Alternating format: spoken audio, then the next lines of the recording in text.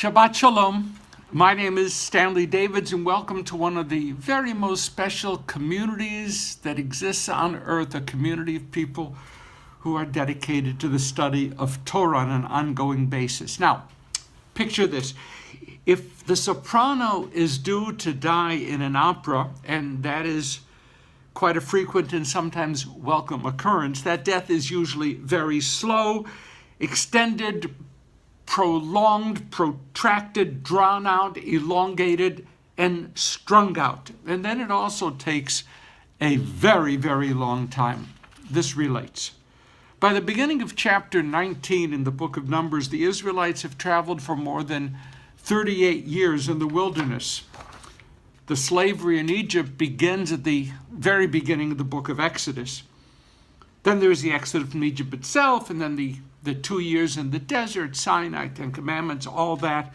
The book of Leviticus mainly filled with laws regarding the establishment of the priesthood. Nothing much happens. At the beginning of the book of Numbers, spies are sent out, 12 spies sent out to look at the promised land. They come back, 10 of them have a bad report, and by the time that entire incident is over, the generation of the Exodus, those who fled Egypt, condemned to wander in the desert till almost all of them are dead. Now here we are, chapter 19 of the book of Numbers. The Sedra known as Chukat, and we find ourselves near the very end of the 40 years wilderness wandering. But it will take us all the way from chapter 19, where we are now, to the end of the book of Deuteronomy, until the 40-year wandering is actually concluded. The Torah soprano takes a long, long time to finish her journey. I told you it all tied together. Let's recap. From Adam to Joseph, book of Numbers, Genesis, right. From the birth of Moses, the giving of the Ten Commandments, book of Exodus. The laws governing the priesthood, book of Leviticus. Now it will take us 1.5 books of the Torah to finish the journey.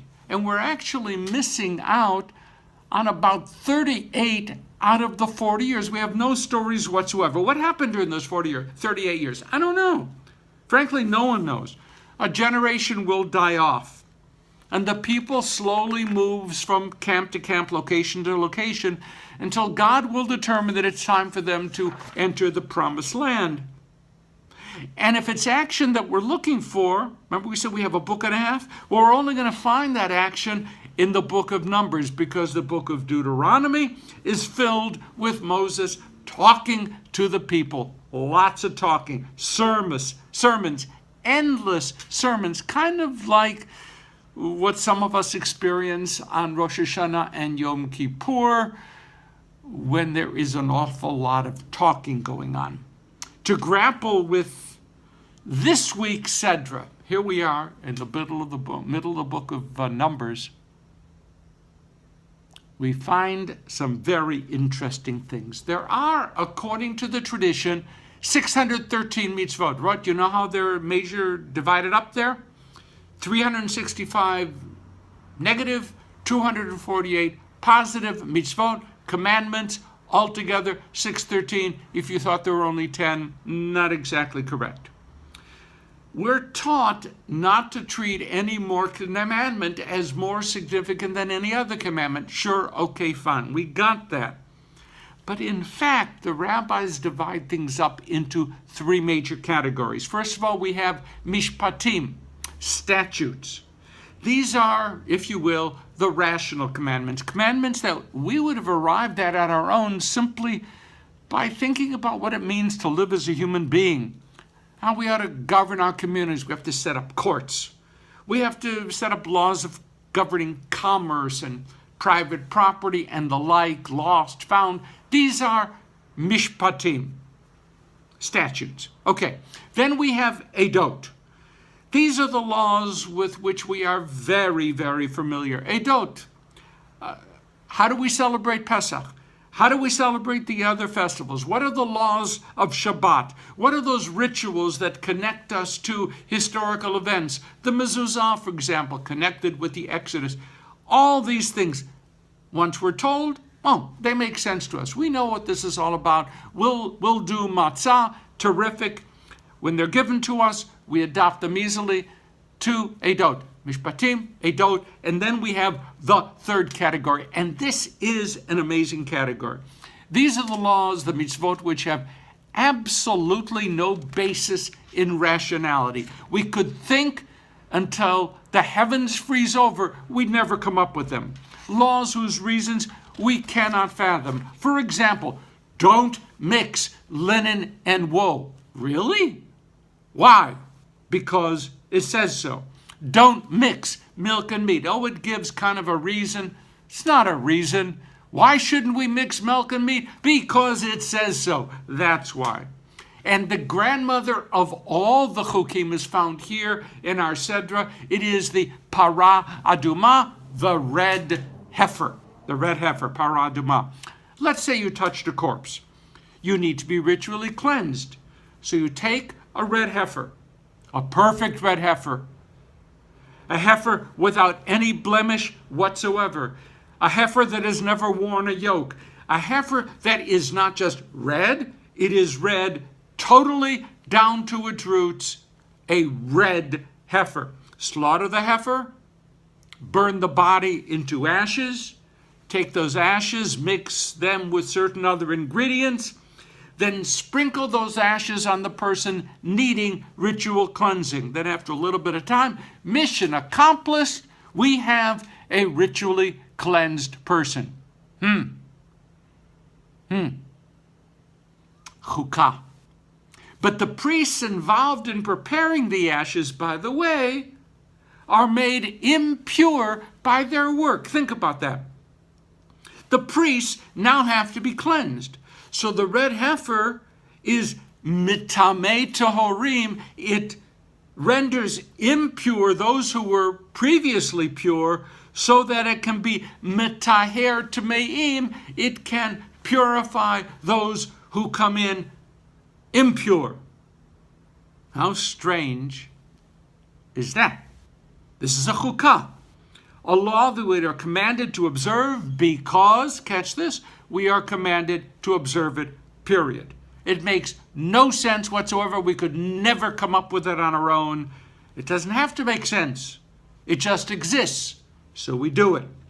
And lest you think that this is just some delightful piece of antiquity that no one in the 21st century bothers with any longer, that's wrong. Do you know that there are people today still trying to raise, to breed perfect, pure red heifers so that they can reinstitute this practice? Say it again. They are trying to raise red heifers. But getting a pure red heifer turns out to be practically impossible. But they're still trying. So what do we have here with this chukah?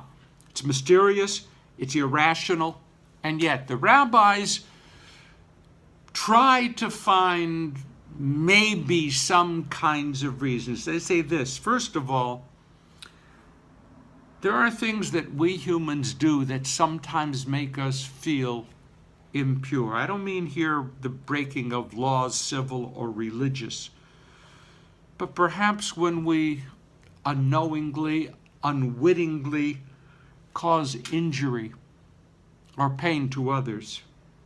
Oh, if we had only known that she had just suffered a miscarriage, or that he had just been fired, or their kid had just received a bad medical diagnosis, we wouldn't have said what we have said. We wouldn't have cracked that stupid joke that we cracked. We didn't mean to injure. We feel unclean. So we apologize, but still, how can we start feeling good about ourselves again? We need to be purified. We need to be cleansed. Red heifer was a way to address that need. Other rabbis say that the chukim in general are tests for us. Okay, we got it. Everybody needs a day of rest. Shabbat, fine. And the Seder links us to the Exodus in a very helpful and obvious fashion, fine. Slaughtering an animal in such a way so as to cause a minimal amount of pain, that's obvious, we get it. But sometimes things come to us that we really don't get. A loved one asks us to do something for him, for her, that we don't understand. Or sometimes a kid of ours or a grandkid says, hey, I just want to hang out with you today. What's on your mind? Nothing. I want to hang out with you today. Can I just spend some time with you, just to be with us? Sometimes situations arise within our families which we don't comprehend at all. And we're asked, you know the phrase, can you just trust me on this one? Just this once.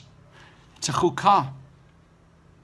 There are just some mitzvot that we accept on trust, and we do them. Life is like that. The red heifer comes to remind us that life can sometimes pull us in almost incomprehensible ways.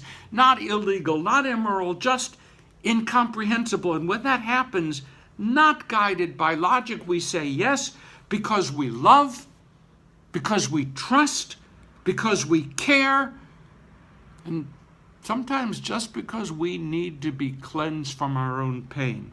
Well, that's it for this Shabbat. Happens fast. If you happen to run into a pure red heifer in your wanderings, please let me know. In the meanwhile, have a great weekend, and before you leave our study space, please hit share. See you next week. It's great to be with you.